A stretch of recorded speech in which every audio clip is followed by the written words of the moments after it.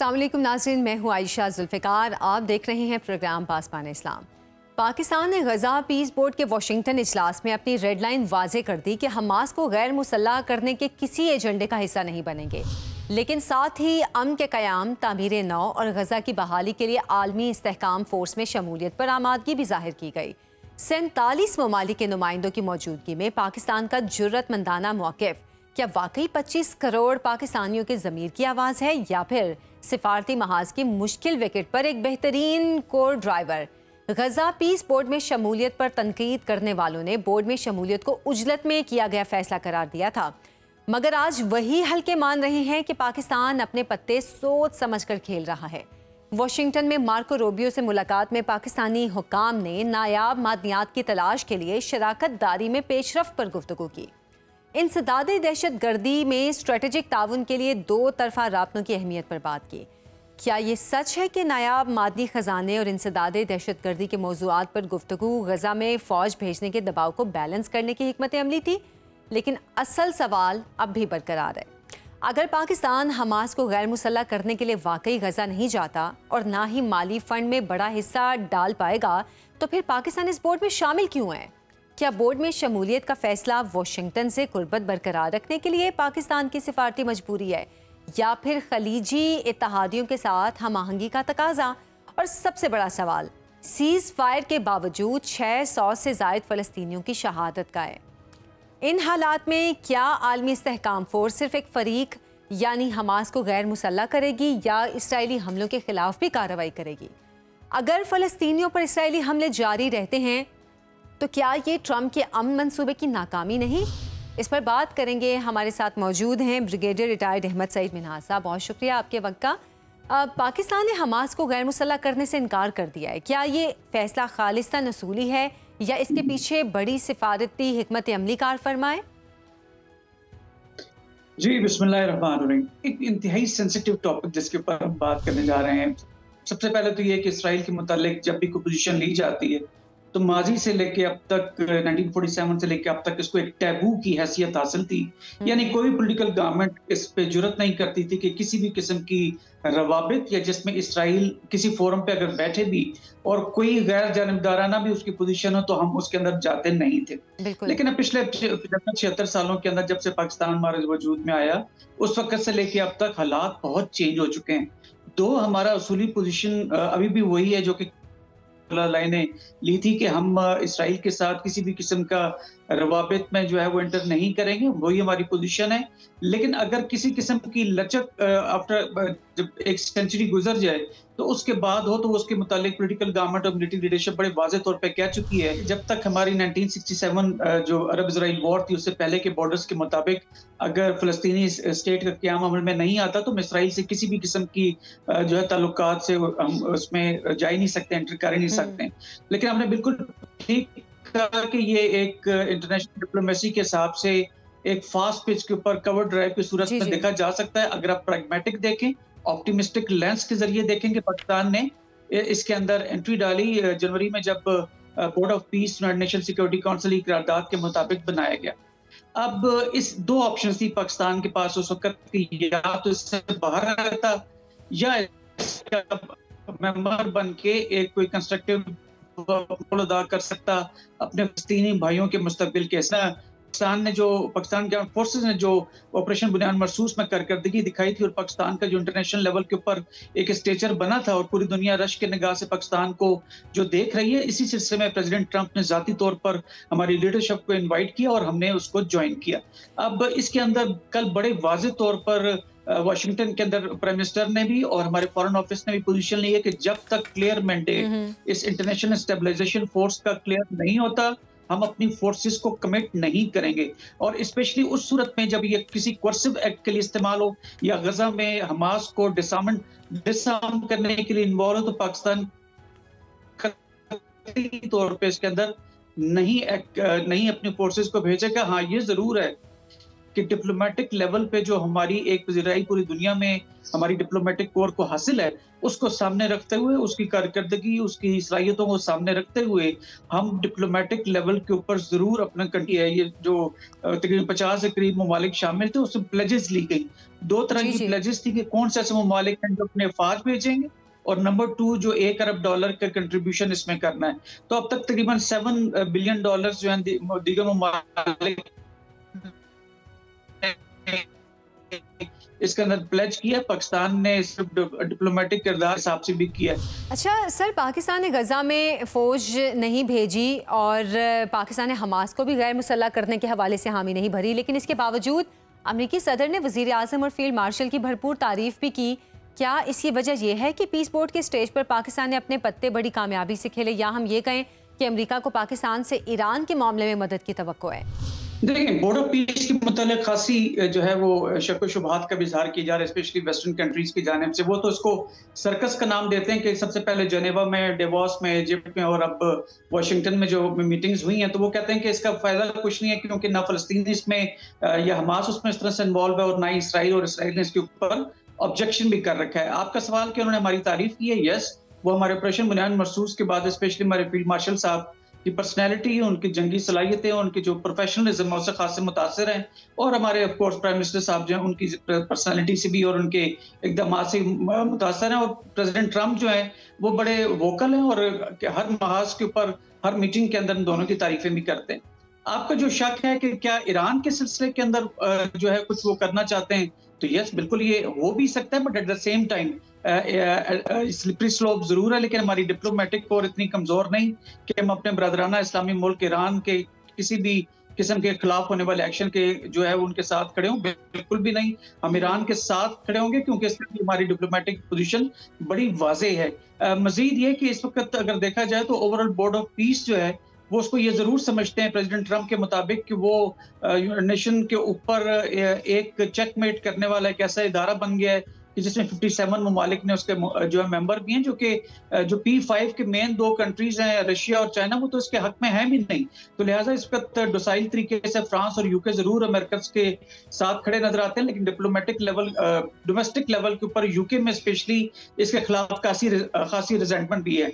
तो लिहाजा यहाँ पर पाकिस्तान के पास अगेन मैं कहूँगा 2 ऑप्शंस हैं, या तो बिल्कुल इससे अलग हो जाए और अपने आप को पेश करे किसी भी किस्म की जो है वो क्रिटिसिज्म के लिए, या फिर इसके अंदर रहते हुए फ़लस्तीनी भाइयों की मदद करे। तो आप इसको ये कह सकते हैं कि you have to choose bad among the worst वाली बात है, क्योंकि इस वक़्त पाकिस्तान आइसोलेशन का शिकार किसी भी सूरत जो उसका मुतहम्मिल नहीं हो सकता, क्योंकि हमें इंटरनेशनल सपोर्ट चाहिए इन टर्म्स ऑफ हमारी इकोनॉमी बेहतर करने के लिए, हमारे मिलिट्री इक्विपमेंट के हिसाब से, हमारी डिप्लोमेसी के हिसाब से। तो लिहाजा हमने इसको इसलिए ज्वाइन किया, लेकिन बड़े वाज़ेह तौर पर अपनी पोजीशंस भी हमने सामने रखी हैं कि ये हमारी डेडलाइंस हैं, इसके अलावा हम ऐसा नहीं करेंगे। और ईरान का जहाँ तक ताल्लुक है, फिर वही बात आती है, पाकिस्तान फौज भी नहीं भेज रहा, माली ताउन भी नहीं कर रहा, तो गजा पीस पोर्ट में पाकिस्तान का अमली किरदार क्या होगा? देखिए, पाकिस्तान अगर मुस्लिम उम्मा के तमाम ममालिक में देखें तो इसका सबसे ताकतवर तरीन मिलिटरीली एक मुल्क है। ज़रूर हमारी इकॉनमी इवॉल्विंग है, ज़रूर उसको चैलेंजेस इसका दरपेश है, लेकिन at the same time Pakistan का एक बड़ा स्ट्रॉन्ग स्टेचर है। इवन हम जब अरब लीग के अंदर या फॉर दैट मैटर ओआईसी के अंदर भी जाके कोई पोजीशन रखते हैं, तो तमाम मुस्लिम ममालिक चाहे वो जितने ही अमीर क्यों ना हो, पाकिस्तान की पोजीशन को कभी भी जो है उसके अगेंस्ट नहीं जाते और उसके साथ खड़े होते हैं। तो लिहाजा पाकिस्तान की शमूलियत बोर्ड ऑफ पीस की बेसिकली एक स्ट्रेंथ है, उसका पोजीशन ऑफ स्ट्रेंथ है as far as the Muslim उम्मा इज कंसर्न। लेकिन पाकिस्तान कभी भी ऐसी कोई पोजीशन नहीं लेगा। बड़े वाज़ेह तौर पे हमारी जो फॉरेन ऑफिस भी कह चुका है कि जो हमारी मुस्लिम उम्मा की उमंगों के खिलाफ, चाहे वन सेकेंडली हमारी अपनी डोमेस्टिक कोर जो डोमेस्टिक पब्लिक है उनकी ख्वाहिशात के अगेंस्ट जाए, और last but not the least कि हमारी जो खुद की वहां पर पूरी दुनिया में एक जो पोजीशन है उसमें किसी भी किस्म की इर्रेशनैलिटी जो जाहिर होती हो। तो लिहाजा पाकिस्तान इस फोरम का हिस्सा बनकर फलस्तीनी भाइयों की जो है वो मदद करना चाहता है, बिल्कुल ठीक है। एक पेसिमिस्टिक लेंस ये जरूर है कि ना पैसे दे रहे हैं ना ट्रुप्स दे रहे हैं, तो फिर ऐसे क्या में खास बात है कि पाकिस्तान की इतनी तारीफें भी हो रही हैं, लेकिन आप प्रेसिडेंट ट्रंप की पर्सनैलिटी को भी जो है वो बलाए ताक नहीं रख सकते। वो एक ऐसे इंसान है जो खुल के बात करते हैं जी। और जो उनके दिल में होता है वही उनके जुबान पर होता है। तो इस किस्म की बात इंटरनेशनल डिप्लोमेसी के अंदर चलती रहती है, लेकिन पाकिस्तान कभी भी अपनी जो इकदार है, स्ट्रेटेजिक लेवल पे हमारे इंटरेस्ट है, हमारी डोमेस्टिक पॉपुलेशन की जो 25 करोड़ की उमंगें हैं, उसके खिलाफ कभी भी नहीं जा सकते। एक टैबू ज़रूर है, इसीलिए ये सारी डिबेट भी हो रही है। इसी वजह से हम ये प्रोग्राम भी कर रहे हैं। पाकिस्तान कभी भी कॉम्प्रोमाइज़ नहीं करेगा मुस्लिम उम्मा और अपनी डोमेस्टिक पॉपुलेशन की उमंगों के खिलाफ। जी। लेकिन अगर हम देखें गज़ा पीस पोर्ट में जो दीगर मुस्लिम ममालिक हैं उन सब के इसराइल के साथ किसी ना किसी लेवल पर उनके ताल्लुकात भी हैं, वो इसराइल को तस्लीम भी कर चुके हैं या अब्राहम अकॉर्ड का हिस्सा भी हैं। तो पाकिस्तान फिर इसराइल को गज़ा, क्योंकि ज़ाहिर है इसराइल भी इस पीस पोर्ट का हिस्सा है, पाकिस्तान फिर इसराइल को किस तरह फेस करेगा? वो किस लेवल पर इसराइल के साथ बातचीत करेगा? देखिए, इसराइल कोई हम पॉइंट ऑफ कांटेक्ट इसराइल नहीं है। पॉइंट वो तो 2 फ़रीक हैं, एक ऑफ कोर्स हमास है और एक नेतन्याहू या इसराइल है। तो हमने जो बात करनी है वो थ्रू ट्रंप करनी है। एज़ अ वर्किंग ग्रुप सही। हम जो भी काम करते हैं फोरम के ऊपर, वो प्रेसिडेंट ट्रंप के थ्रू, लीडरशिप के थ्रू होगा। वो उनके ऊपर फोर्स करेंगे, प्रेशराइज़ करेंगे। पाकिस्तान ने खुद तो उनके साथ डायलॉग नहीं करने। हाँ, ये ज़रूर है कि अगर दीगर कोई कमेटियां बनती हैं इसके मैंडेट के मुताबिक, जो अनफॉर्चुनेटली अभी तक क्लियर नहीं है, तो अगर कोई कमेटियां बनती हैं तो पाकिस्तान बड़ी वाज़ेह पोजीशन उस पे रखेगा। और मैं नहीं समझता कि पाकिस्तान की डिप्लोमेटिक कोर की सलाहियतों को देखते हुए सेंसिटिव कमेटीज के अंदर शायद वो जुर्रत करें अमेरिकन कि वो पाकिस्तान को रखे, क्यों पाकिस्तान को फिर स्पॉयलर्स की नजर से देखा जाएगा। क्यों पाकिस्तान कभी भी कॉम्प्रोमाइज नहीं करता कि जिसमें वो, बल्कि कोई पॉलिटिकल पार्टी जो पाकिस्तान में जिसकी गवर्नमेंट हो वो प्रो इजराइल की पोजीशन ले, सवाल ही पैदा नहीं होता। हाँ, ये जरूर है कि सोशल मीडिया के ऊपर इस तरह की एप्रीहेंशन जरूर है और एक एनालिस्ट के तौर पे भी आप अगर डाइवर्स किस्म के ओपिनियन रखें तो एक पेसिमिस्ट लेंस जरूर बनती है, but at the same time मत भूलें कि ये पाकिस्तान है और हमारी पॉलिटिकल और मिलिट्री क्यादत कभी भी अपने अवाम के मांगों के खिलाफ नहीं जाएगी। हाँ, ये जरूर कि इंटरनेशनल एंगेजमेंट के लिए इस तरह की एंगेजमेंट्स लाजमी होती हैं, बजाय इसके कि हम एक लठ मार किस्म की फॉरेन पॉलिसी रखें। अगर हम एंगेजमेंट की पॉलिसी रखें और उसमें कोई कंस्ट्रक्टिव रोल अदा कर सकें तो क्यों नहीं। जी। अच्छा ब्रिगेडियर साहब, सीज फायर के बावजूद इसराइली हमलों में सैकड़ों फलस्तीनी शहीद हो चुके हैं, तो क्या आलमी इस्तेहकाम फोर्स इसराइली हमलों को भी रोकेगी? देखिए, ये जो रोकने की बात है, इसका तो मतलब ये हो कि पीस कीपिंग नहीं है, ये पीस इन्फोर्समेंट कोई मैंडेट इसका होना चाहिए। अगर इस जंग को रोकना है तो पाकिस्तान ने इसीलिए कहा कि पहले जंगबंदी मुकम्मल तौर पर होगी और फिर जब पीस कीपिंग की बारी आएगी तो फिर पीस कीप हम जरूर करेंगे, जिसके लिए पाकिस्तान यूनाइटेड नेशंस में मेरे ख्याल में दूसरे नंबर पे आता है ट्रुप्स कंट्रीब्यूट करने के सिलसिले के अंदर। तो लिहाजा पाकिस्तान कभी भी पीस एनफोर्समेंट नहीं बल्कि पीस कीपिंग के लिए जाएगा। और ये बड़ी बदकिस्मती है, इसमें कोई शक नहीं है कि अक्टूबर में जंगबंदी हुई थी, लेकिन आए दिन वहां पर इसराइली जो है मिसाइल्स मारते हैं और मासूम बच्चों को, औरतों को अभी भी शहीद करते चले आ रहे हैं। लेकिन फिर ये रियल पॉलिटिक है, ये एक सिंगल यूनिपोलर वर्ल्ड है और ट्रंप उसके ऊपर डोमिनेट कर रहा है। तो फिर आप बजाय कि आप उनके साथ जो उनका आर्म रोड़ने की कोशिश करें, तो बेहतर है कि आप उसे आर्म शेक करके आप अपने स्ट्रेटेजिक इंटरेस्ट को मीट करें। तो इसको कहते हैं ना, अंग्रेजी में कहा जाता है, if you can not twist somebody's hand better shake hand. लेकिन शेक हैंड करते हुए भी आपको अक्लमंदी के साथ अपने स्ट्रेटेजिक इंटरेस्ट को सामने रखते हुए, अपने लोगों को, मंगों को सामने रखते हुए आप इंगेज करते हैं, ना कि अपनी तमाम चीजें कॉम्प्रोमाइज करके। पाकिस्तान इसीलिए एक जिम्मेदार मुल्क की हैसियत से दुनिया में देखा जाता है। जरूर सोशल मीडिया के ऊपर क्रिटिसिज्म हो रही है, लेकिन जब इसके नताइज सामने निकलेंगे तो आई एम श्योर के रश की निगाह से देखा जाएगा आपकी जो पॉलिटिकल हमारी लीडरशिप है। सही, बहुत बहुत शुक्रिया ब्रिगेडियर रिटायर्ड अहमद सईद मिनाज साहब आपके वक्त। एक ब्रेक से वापस आएंगे, हमारे साथ रहिए। वेलकम बैक नाज़रीन। साबिक इसराइली वज़ीर आज़म नफ्ताली बेनेट ने खबरदार किया है कि पाकिस्तान, तुर्की और कतर पर मुश्तमिल मशरिक़ वस्ता में एक नया सियासी और फौजी इत्तेहाद उभरता नजर आ रहा है।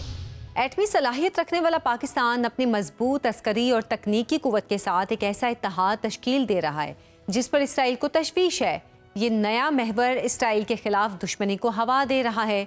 बेनेट ने तुर्की को इसराइल के लिए नया ईरान भी करार दिया और पाकिस्तान की एटमी सलाहियत को ऐसे अवामिल में शामिल किया जो इसराइल की सलामती के लिए खदशात पैदा करते हैं।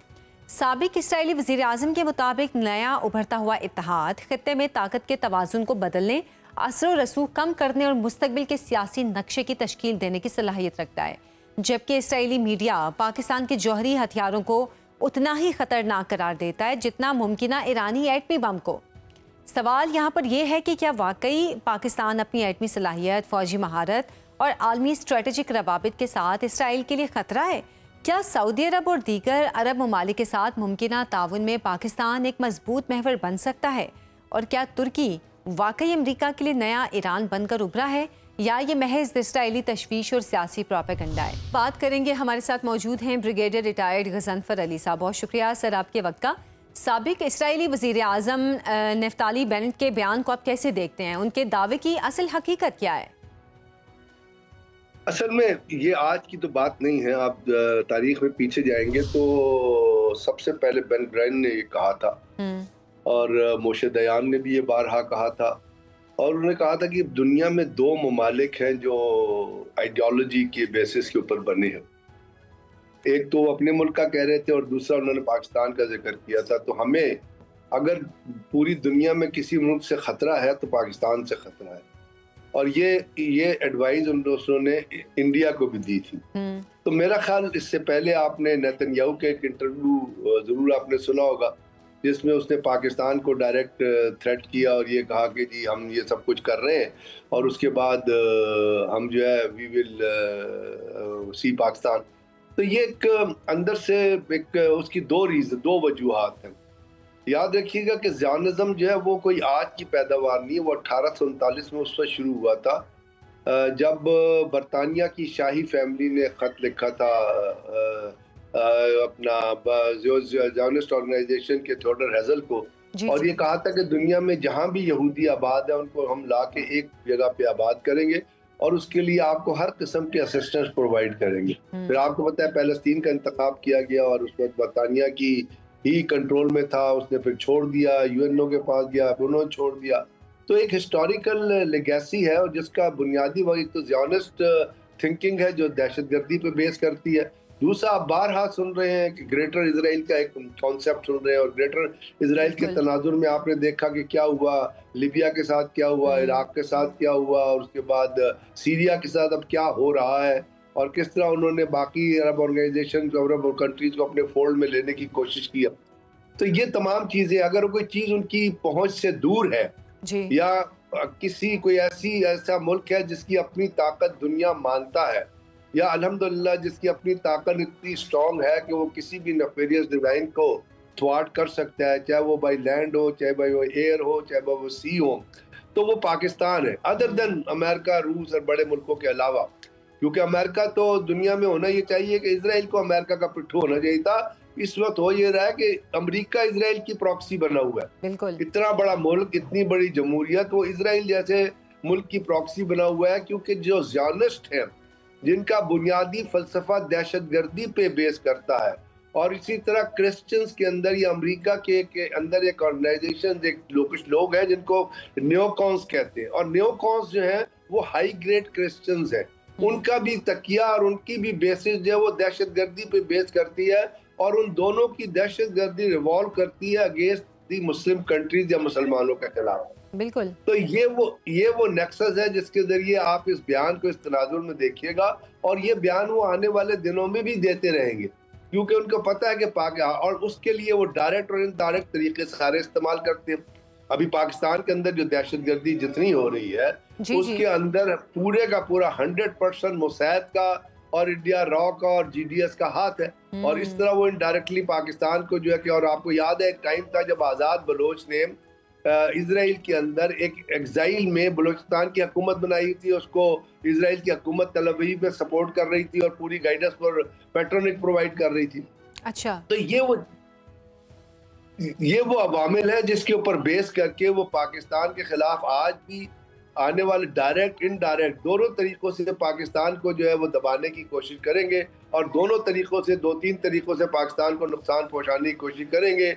वो क्या गुरिल्ला वॉर। आपके ख्याल में पाकिस्तान एटमी सलाहियत है, इसराइल के लिए जो असल खतरा पाकिस्तान की तरफ पैदा हुआ वो यही खतरा है कि पाकिस्तान एक तो एटमी सलाहियत है, ऊपर से पाकिस्तान की फौजी ताकत भी इस वक्त दुनिया के सामने है। तो अब जो सूरत हाल है ईरान वाले मामले का अगर हम देखें तो इससे कैसे निमट रहा है इसराइल भी और अमेरिका का भी? आप इस सूरत हाल को कैसे देख रहे हैं? अब दो डिफरेंट फैक्टर्स हैं। एक तो आपने जिक्र किया बड़ा सही जो ईरान का फैक्टर है और ईरान के साथ इसराइल का फैक्टर है।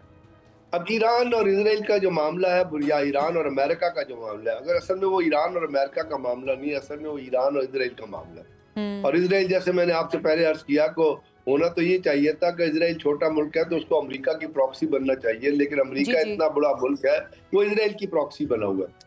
और नेतन्याहू जो है वो ट्रंप के जरिए जो है वो इसराइल ईरान के ऊपर हमला करना चाहता है और ट्रंप को इस्तेमाल करना चाहता है। अब ट्रंप की भी एक थिंकिंग आई है, ट्रंप ने ये कहा है या वो सोच है, जैसे मैं देखता हूँ, कहता मैं जंग तो लड़ूं लेकिन मैं जंग अमेरिका के खर्चे पे न लड़ूं। हाँ जी, बिल्कुल। मैं किसी और के ऊपर कंधे पे हाथ रखे, तो इसलिए वो उसको बारहा डिले कर रहा है और कह रहा है कि जब भी नेगोशिएशन हो रहे हैं। फिर कुछ ऐसे लोग हैं जिन्होंने उनको शायद, और उसमें आप पाकिस्तान की लीडरशिप को भी काउंट कर सकती है, जिन्होंने अप्राइज किया कि अगर जंग इस खत्ते में होगी तो वो कितनी नुकसानदेह होगी। तो उसमें तो इसराइल का प्रेशर जो है और अमेरिका का प्रेशर ईरान के ऊपर रहना। लेकिन याद रखिएगा कि ईरान एक बहुत बड़ी ताकत है, आप उसको लाइटली ना लीजिएगा। ईरान के अंदर दो एडवांटेजेस हैं। एक, ईरान को अपनी टोपोग्राफी का बहुत ज्यादा एडवांटेज है। ज़ैग्रोस माउंटेन, आपको एक सीरीज है उनका जो डेजर्ट है उसको देख लिए, वहां जो फंसेगा वो निकल नहीं सकेगा। दूसरा, उनके एक लीडर ने बहुत बड़ा कैटेगोरिकल बयान दिया था, उन्होंने कहा जी हमने अपनी जितनी कैपेबिलिटी डेवलप की है, जब खैबर पे है या वो किसी अपना हथियारों मिसाइल में, वो हमने इस खतरे को रख के दी है कि हमने अल्टीमेटली अमेरिका से लड़ना है। फिर आपको पता है कि उनके पास ऐसी एक बड़ी इफेक्टिव प्रॉक्सी है जो पूरी सी ट्रेड को, जहाँ से आपका अपना हॉर्मस या आपका बादुल मंबा, जहाँ से 20% ऑयल गुजरता है, कुछ और नहीं कर सकते तो उसको कहीं ब्लॉक कर सकते हैं। आप वहाँ एक जहाज डुबो दे, बड़े अरसे तक आप वहां से जो है ना तेल की सप्लाई नहीं होगी और दुनिया में तेल की क्या हालत होगी वो है। जी, तो ये अमेरिका को भी पता है। अब जहां तक आपने बात की पाकिस्तान और इसराइल की, तो इसराइल पाकिस्तान डायरेक्ट तो इसराइल को साफ जाहिर है हमारा ना लैंड मिलता है, ना लैंड बॉर्डर मिलता है, ना हमारा सी बॉर्डर मिलता है। हमारे पास असल में सिर्फ एटम बम या न्यूक्लियर कैपेबिलिटी होना ही बात नहीं है। न्यूक्लियर कैपेबिलिटी के साथ बहुत इफेक्टिव, बहुत जरूरी चीज होती है वो आपकी डिलीवरी मीन्स होती है। और आजकल आपने देखा होगा, हम सुपरसोनिक, हाइपरसोनिक, अभी हमने एंटी बैलिस्टिक मिसाइल का तजुर्बा किया, हम उस चीज को डेवलप करने पे लगे हुए हैं। और जिस तरह हम उसकी रेंजेस के ऊपर जा रहे हैं, तो किसी भी खतरे की सूरत में आप कम से कम, अभी डायरेक्ट तो हम देखिए ना जो डिस्टेंस पाकिस्तान और इसराइल का बनता है उसमें हम उसके ऊपर डायरेक्ट तो उसको थ्रेट नहीं करते। लेकिन चूंकि और ऐसे ममालिक है, जैसे इससे पहले जब ईरान अरब इसराइल वॉर हुई थी, तो आपको याद है पाकिस्तान के पायलट्स गए थे जिन्होंने जाके वहां भी जहाज फ्लाई किए थे, और पाकिस्तान के पायलट्स को ये क्रेडिट भी हासिल है कि उन्होंने इसराइल के जहाज गिराए थे। तो इसराइल जो असल में थ्रेटन है, वो कहता है कि कल को अगर कोई बात हुई और पाकिस्तान का किसी अरब ममालिक के जरिए, किसी मुल्क के जरिए हमारे ऊपर थ्रेट ये डेवलप हुआ, तो that is the thing which they foresee कि ये चीज जो है। तो उसके लिए आपको पता है ये यहूदी, ये इस किस्म के जो नेतन्याहू जैसे लोग हैं, वो तो सालों की प्लानिंग करके रखते हैं ना। वो तो ये देखते हैं कि जो आने वाली सदी में क्या होने वाला है। जिस तरह जो इजराइल आर हो रहा है उसकी वो प्लानिंग आज तो नहीं, उसकी वो प्लानिंग पिछले 1948 और 47 जब से पैलेस्टाइन बना था उस वक्त से उन्होंने शुरू की थी, और पूरी दुनिया के अंदर उन्होंने एक थीसिस डेवलप कर लिया था सेकेंड वर्ल्ड वॉर के बाद कि जी हिटलर ने यहूदियों के साथ बहुत जुल्म किया। हिटलर ने इतना जुल्म नहीं किया जितना अभी हुआ है। अगर आप हिटलर के जुल्म की बात करते हैं और आप जर्मनी में जाके वो साइट्स देखें जहाँ ये कहते हैं कि जहाँ पे यहूदियों को जलाया गया, वहाँ पे आपको कोई फर्नेस नजर नहीं आएगा ऐसा जहाँ पे ना उसकी कोई निशानात नजर आएंगे। तो एक प्रोपेगेंडा था बहुत बड़ा जो अपना डेवलप किया इजराइल ने ओवर अ पीरियड ऑफ दुनिया को ये कन्विंस करने के लिए कि यहूदी तो बहुत बेचारे। अब जो कुछ गाजा के अंदर हुआ और 1.5 लाख फलस्तीनियों को शहीद किया गया है, तो ये जो कुछ हुआ है ये उससे बड़ा क्राइसिस है कि नहीं है। लेकिन जो कि वेस्टर्न प्रोपेगेंडा तो ये चीजें हैं जिसके ऊपर इजराइल जो है वो सोचता है कि अगर किसी अरब ममालिक के थ्रू से। ब्रिगेडियर साहब, साबिक इस्राएली वजीर आजम ने कतर को किस बुनियाद पर मुमकिन फौजी इत्तेहाद में शामिल किया है? क्योंकि कतर और तुर्की तो इस्राइल को पहले से तस्लीम कर चुके हैं। कतर, बात यह कि कतर ने अपना रोल क्या डेवलप किया है over a period of time, ये देखिएगा। कतर ने एक मेडिएटर का रोल डेवलप किया है। यानी कतर ने ये कहा है कि दुनिया, क्योंकि कतर का साइज आपको पता है, कतर के पास जो F-35 है वो टेक ऑफ नहीं करेंगे तो वो कतर की हदूद से बाहर निकल जाएंगे, इतना उनका साइज है। अब कतर ने उस साइज के साथ क्या करना है, तो उन्होंने अपने लिए एक ऐसा रोल डिवाइस कर लिया है जिसका मतलब ये है कि वो मेडिएशन के रोल के ऊपर लेके नीचे आएंगे। और ये मेडिएशन का रोल जो है उन्होंने पाकिस्तान और अफगानिस्तान के अंदर जब क्लैश हुआ उसने भी प्ले किया जी। उससे पहले भी वो ईरान के और इजराइल के दरमियान ही करने की कोशिश कर रहे थे। तो कतर, मैं ये समझता हूँ कतर चाहे इधर हो या उधर हो, उसमें दुनिया की पॉलिटिक्स में या रीजन की पॉलिटिक्स में या दुनिया की डिफेंस कैपेबिलिटी में या रीजन की डिफेंस कैपेबिलिटी में फर्क कोई नहीं पड़ेगा। लेकिन एक चीज जो साइकोलॉजिकल होती है, एक चीज जो इम्पोर्टेंट वो होती है लोकेशन, ज्योग्राफिकल लोकेशन किधर है। बिल्कुल। और वो ज्योग्राफिकल लोकेशन अगर एक अरब कंट्री या मिडिल ईस्ट इस इलाके से आती है तो वो चीज होती है, वो इंपॉर्टेंस होती है कि आपने उस किस्म के एक मुल्क को अपने साथ अपने महवर में लगा लिया, बस वो उसको इस तरह जो है ना बुकिश वैल्यू के तौर पे आप उसको इस तरह ले लीजिएगा। अगर उसको प्रैक्टिकल टर्म्स में देखेंगे तो मेरा ख्याल प्रैक्टिकल टर्म में कोई ऐसी डिलीवरी उसकी होती नजर नहीं आती, चाहे किसी ब्लॉक के भी अंदर हो, जो किसी भी मुल्क के लिए, किसी भी इत्तेहाद के लिए कोई स्ट्रेंथनिंग का बाइस हो सके। अच्छा, इसराइल में अमरीकी सफ़ीर माइक हुकाबी ने एक बार फिर से ग्रेटर इसराइल की हिमायत में बयान दिया है। क्या इस सिलसिले में अगर हम ये कहें कि behind the scene greater Israel America की सरकारी पॉलिसी बन चुकी है? मैंने आपसे पहले अर्ज किया कि जियोनिस्ट और अमेरिका में जो क़यादत है, जो न्योकॉन्स होते हैं, चाहे वो बुश हो, चाहे वो ओबामा हो, चाहे वो जो बाइडन हो। आपको याद है बहुत 1979 में गालिबन जब जो Biden house of foreign affairs committee का चेयरमैन था, तो इसकी स्टेटमेंट ऑन रिकॉर्ड है। उस वक्त उसने कहा था कि जी हमें इजराइल के मामले में किसी भी तरीके से माजरत पसंद होने की जरूरत नहीं, because if there was not any Israel we would have to invent one Israel, और हम इजराइल की हर तरह मदद करेंगे। अब उसके बाद ट्रंप को आप देख लीजिए, ट्रंप के सन इन लॉ को आप देख लीजिए, जो डायरेक्ट दोस्त है अपना नेतन्याहू का, बड़ा हाई ग्रेड ज़ियोनिस्ट है।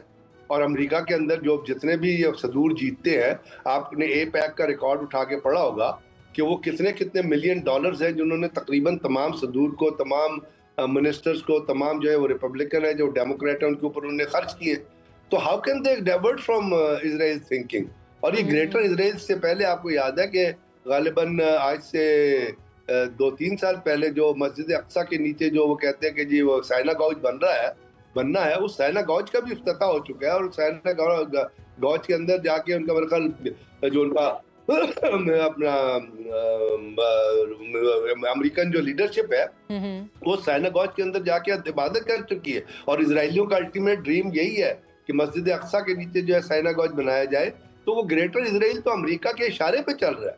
आप ये कहें कि अगर ग्रेटर इजराइल का concept Israel greater Israel has 220% ardent support of Americans, सिर्फ सपोर्ट नहीं, एक fully committed sort of any American leadership. I'll not say Trump, any American leadership, whether it's Democrat, whether it is Republican, all the congressmen. Brigadier retired Ghazanfar Ali साहब, बहुत बहुत शुक्रिया sir आपके वक्त का।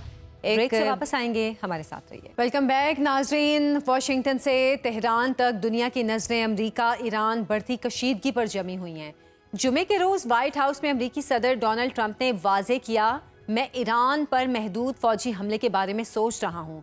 आलमी मीडिया के मुताबिक अगर तेहरान किसी नए जौहरी मुआहिदे पर पहुंचने में नाकाम रहा तो ये महदूद हमला बड़े हमले की इब्तिदा होगा। यानी यूं समझ लें कि मखसूस तनसीबात को निशाना बनाने से लेकर बड़े फौजी हमले तक सब कुछ सदर ट्रंप की मेज पर मौजूद है। दूसरी जानिब ईरान के वजीर खारिजा अब्बास इराक्ची ने कहा है कि तेहरान मुमकिना मुआहिदे के मुसवदे पर काम कर रहा है और शफाफियत के साथ अमरीकियों को पेश करेगा, लेकिन अगर किसी मुआहिदे तक ना पहुंच सके तो अपने दिफा के लिए तैयार हैं। क्या ईरान के मुमकिना मुसवदे में अमरीका को ईरानी तेल और गैस के ज़खायर में सरमायाकारी की भी पेशकश होगी? ये सवाल अपनी जगह काफ़ी अहमियत का हामिल है, लेकिन अगर इसका हतमी जवाब हाँ की सूरत हुआ तो यकीनन ये बहुत गैर मामूली पेशरफ्त होगी।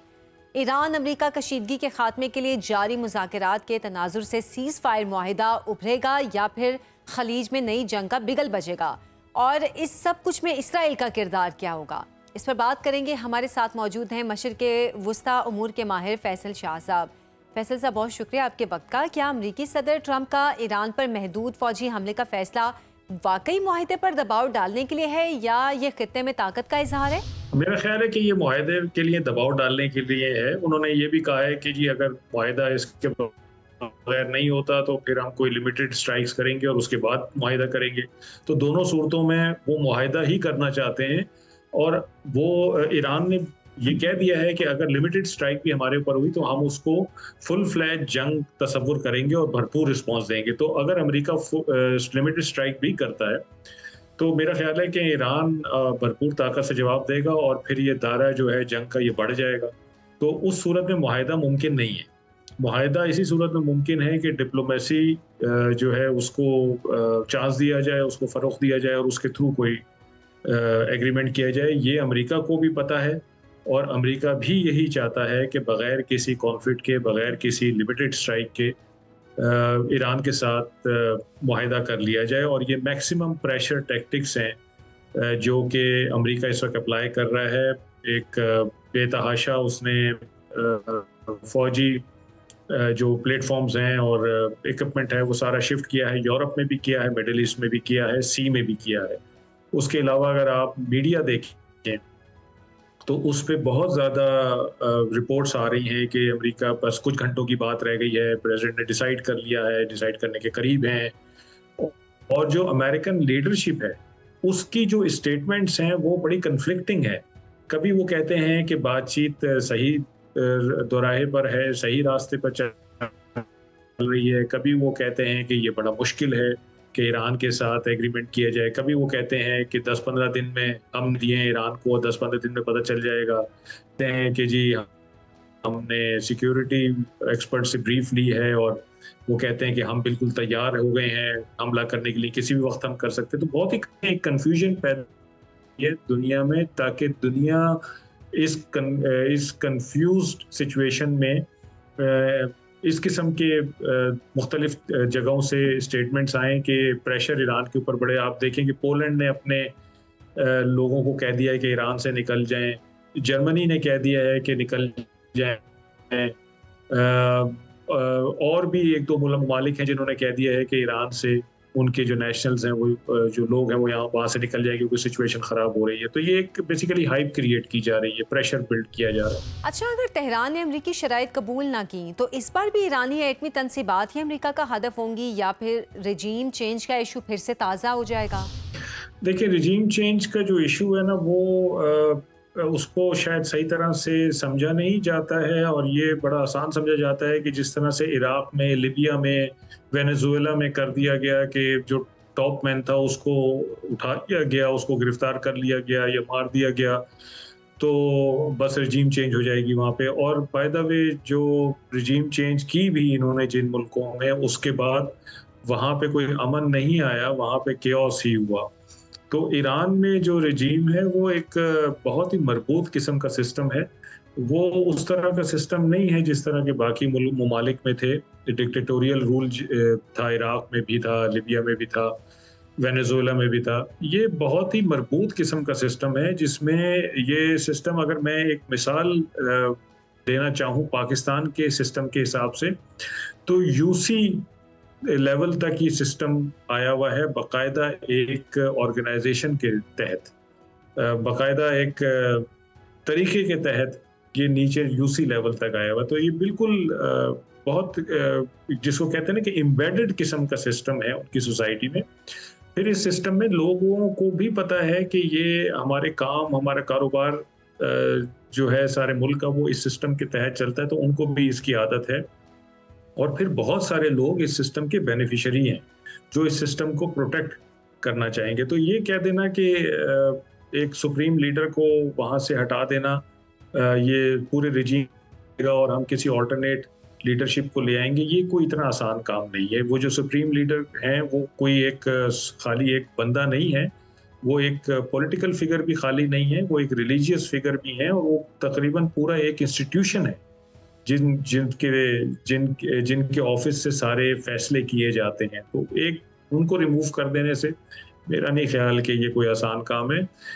मुआहिदा अगर नहीं हुआ तो यस, अमेरिका लिमिटेड स्ट्राइक्स पे ज़रूर जा सकता है, लेकिन जैसे मैंने पहले कहा कि ईरान ने कहा हुआ है कि अगर हमारे ऊपर लिमिटेड स्ट्राइक्स भी हुई तो हम उसको भरपूर उसका जवाब देंगे और उसको जंग ही समझेंगे।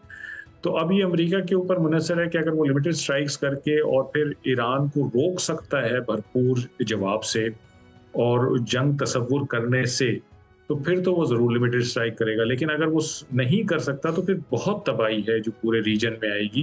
ना सिर्फ अमेरिका और ईरान के बीच में तबाही आएगी, बल्कि जो खत्ते के बाकी ममालिक हैं, बल्कि दुनिया के ममालिक हैं, उनको बहुत ज़्यादा असर पड़ेगा इस कॉन्फ्लिक्ट से। अच्छा, ईरानी जौहरी प्रोग्राम, अमरीकी फौजी ताकत और खित्ते में इसराइली मफादात और खदशात, मशरिक़ वुस्ता का मुस्तकबिल क्या देख रहे हैं आप? देखिए, ईरान ने तो हमेशा कहा है कि जी हम न्यूक्लियर वेपन नहीं बनाना चाहते, हम पीसफुल पर्पसेस के लिए न्यूक्लियर एनर्जी को यूज करना चाहते हैं, जो उनका हक है, जो किसी भी मुल्क का हक है।